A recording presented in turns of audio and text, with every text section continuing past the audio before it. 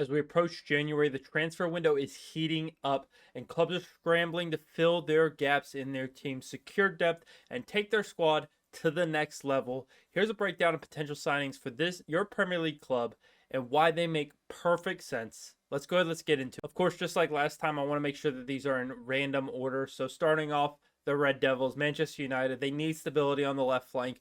Luke Shaw's injuries and Tyrell Malacia returning after I think 15 months of not playing, excuse me. Ryan Ait-Nouri of Wolves makes sense to me. He's listed on transfer market for 35 million euros. We're going to be talking euros and transfer market values on the transfer market website, of course. He's 23 years old, is a left wing back by trade, left back as well as a left wing back, but he specializes when he's able to play kind of that attacking left wing back role that he would be playing at Manchester United under Ruben Amorim. His ability to thrive as a left wing back has really made him ideal fit for Ruben Amorim, especially with Luke Shaw's injuries, as I've already mentioned. This season, he's got 16 starts, 3 goals, 3 assists. His attacking runs and defensive solidity, which has improved over his career, could finally give United the consistency that they've been lacking at the left back position. And we're going to talk about also some other options and why not those options. Really, there's no other options that I see that truly fit that left wing back role like Ryan Ait-Nouri will do for United. For Brighton, they don't do obvious transfers, and they're scouting probably the next big thing from Brazil or Colombia or so on and so forth. So we're going to go with center back 19-year-old Jair Cunha of Santos. He's listed on transfer market for 5 million euros at 6'6" and comfortable with both feet. Cunha looks like the ideal long-term center back replacement for Lewis Dunk. Brighton love to unearth hidden gems, and Cunha has all the tools to truly fit into the Premier League. He's large, he's able to play the ball with his feet. 19 starts, 10 clean sheets during the Brazilian season so far. Brighton style isn't to splash on well-known names. Even one of their top players right now, Danny Welbeck, was signed on a free. He is a bigger name, but he was signed on a free, as we've already talked about. They built from the ground up this team, and they'll continue to do so just because that's how they play and how they like their transfer style strategy to be. Now Arsenal, they need depth, and they've got their eyes on Real Madrid's rising star Arda Güler. Real Madrid to Arsenal, I'm thinking a loan option with an option to buy. 45 million is his transfer market value right now. He's 19 years old. He can play at the 10. He can play on the right flank. He just would be the perfect all-around player to really come off the bench for Saka or Odegaard, be able to start in place of Saka or Odegaard. We've already talked about in my previous video where I really broke down Arsenal's $200 million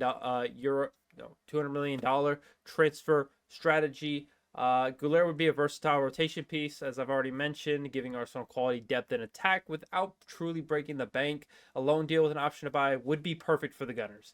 Really, you're just not going to get the players you want this January, and that's why I didn't really talk about any other options.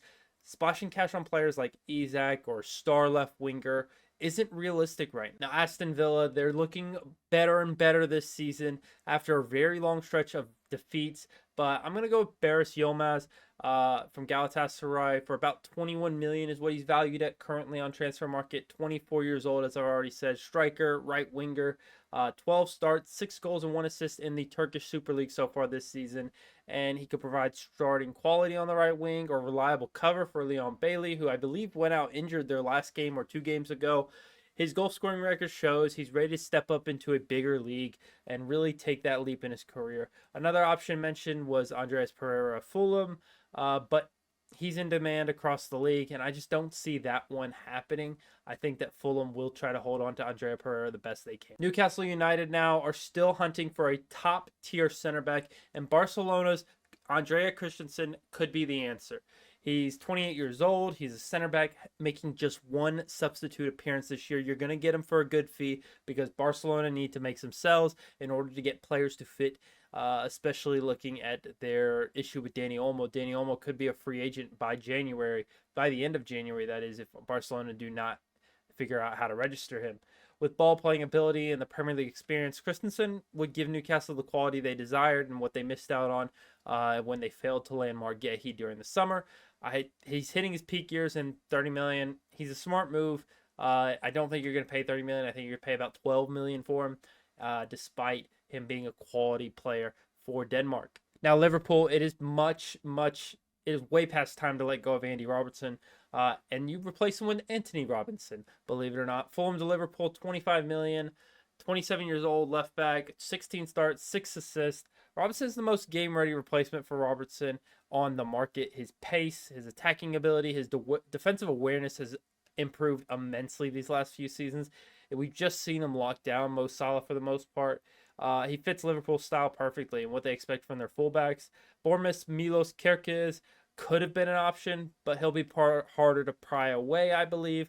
And I also just believe that if Liverpool want to go win the league this season, Anthony Robinson's the sure signing. Now, I did mention that Milos Kerkez would be difficult to pry away from Bournemouth. However, Chelsea are building for the future, and they need an answer for the left back situation sooner rather than later.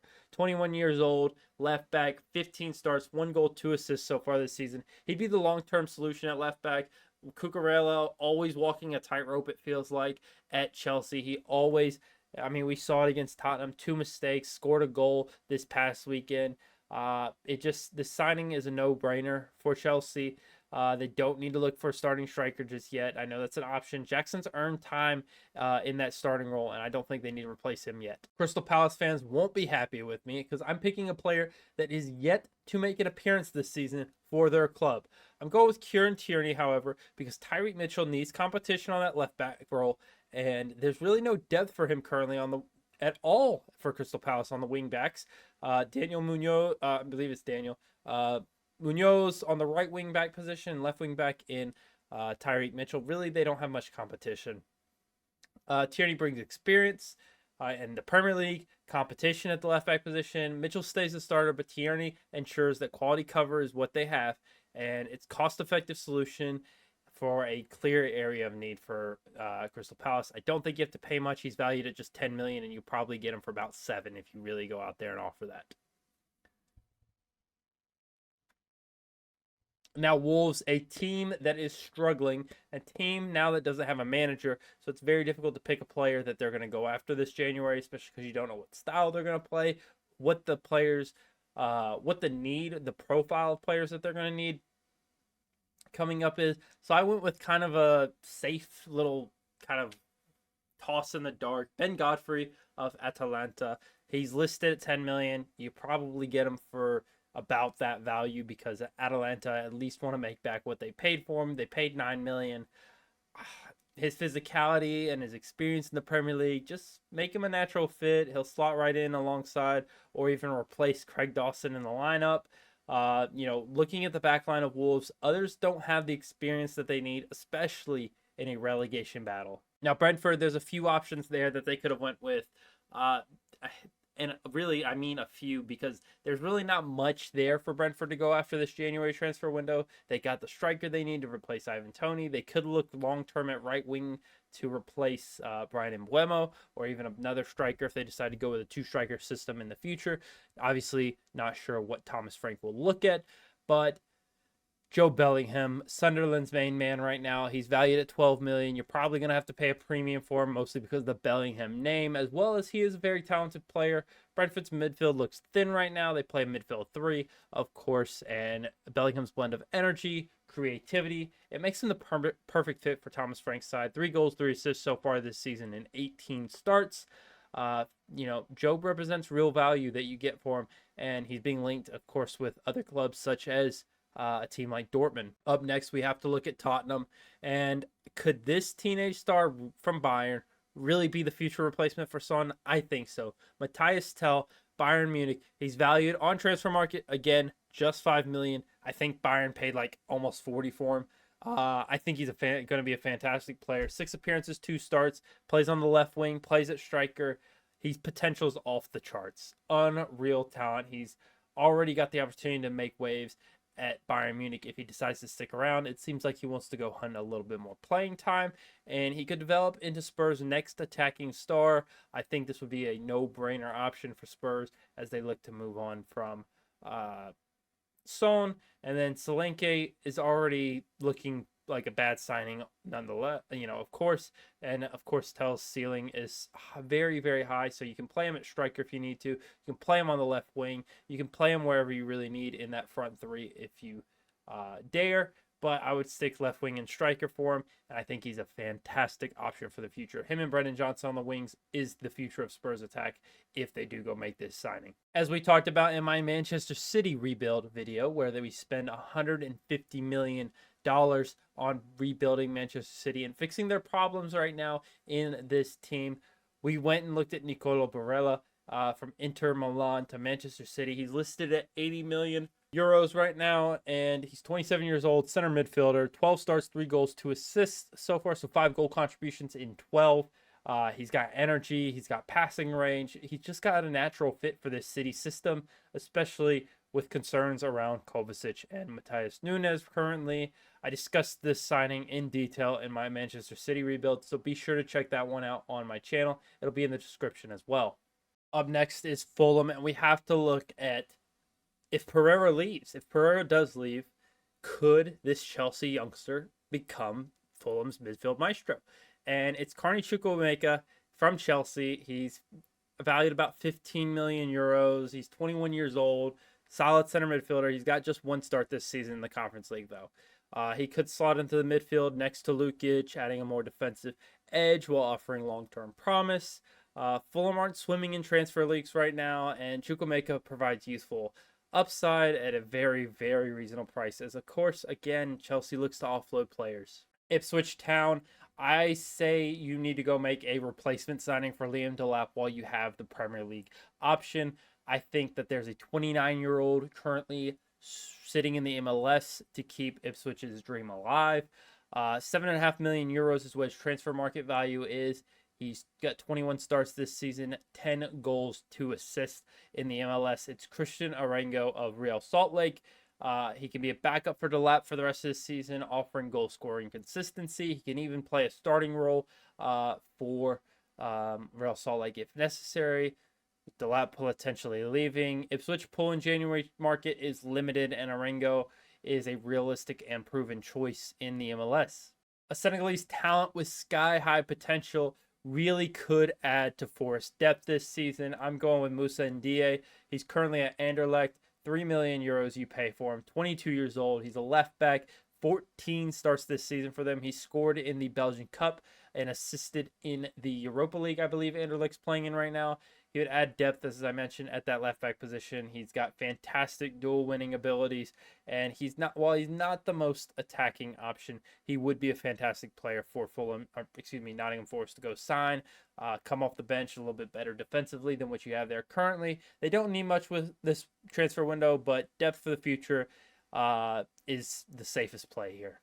Now we've got Leicester City. Kieran Dewsbury-Hall. Could he make his return? It would be interesting, but it would be an opportunity to really spark a charge in Leicester City and guarantee them survival this season. 26 years old. He's listed at 28 million euros. Do I think they pay that price? No, I think it ends up being a loan deal back to Leicester for this rest of this season. He's only made 5 sub appearances in the Premier League so far. 68 total minutes played for Chelsea in the Premier League. He would fit right back into Leicester's midfield. He'd go in, he'd take his starting role right back for the club. And with the squad he knows well. Leicester get an experienced, proven player on loan, and Chelsea are eager to offload talent. Now we've got to talk about Southampton. The Saints need wingers, and Norwich's Borja Sainz could be the key for them here. 23 years old, 2.2 million euros is what he's valued at. He's going to cost a whole lot more to take him off of Norwich, but 23 years old, left winger, 15 goals, 2 assists in just 21 games for Norwich this season. He would take over the left wing, a clear position of need at Southampton currently. And of course, with the system changing as well, it'll be interesting to see what that looks like with the new manager.